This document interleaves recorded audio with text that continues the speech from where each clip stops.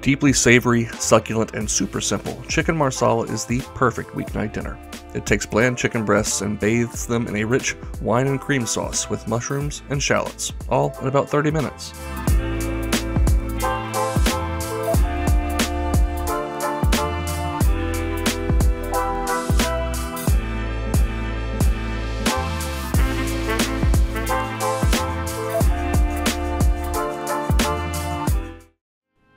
Alright, to kick things off, we're going to grab about 1.5 pounds of chicken breasts or chicken cutlets. If yours are relatively large, you may need to cut them in half. Mine were pretty small or medium sized, so I'm just going to pound them out to about a 1/2 inch thickness. Next up, for a really easy dredging process, we're going to put them into a large Ziploc bag, season with cracked pepper, a strong pinch of salt, some onion powder and garlic powder. As always, exact amounts will be down below for you in the description, and then a few tablespoons of all-purpose flour.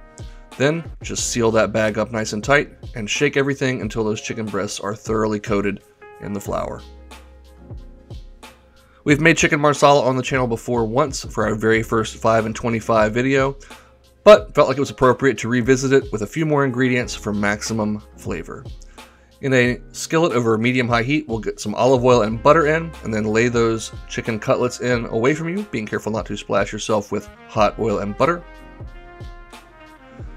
We'll cook them for 4 to 5 minutes on each side until they get a nice golden brown color. Once you've done that on the second side, go ahead and remove them. They're probably not fully cooked through at this point, but that's quite all right.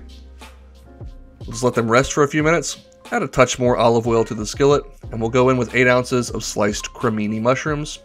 No shame in buying the pre-sliced stuff here, but you can slice your own if you'd like. 1 large shallot diced, and 2 to 3 garlic cloves that have been finely minced.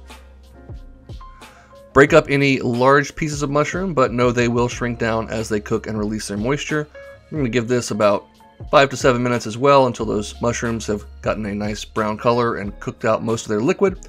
I'm seasoning with salt, pepper, and a little bit of dried thyme. And finally, or not finally, but most importantly, I should say, the Marsala wine. Make sure you get real Marsala, not the cooking wine from the vinegar section. You want the good stuff here.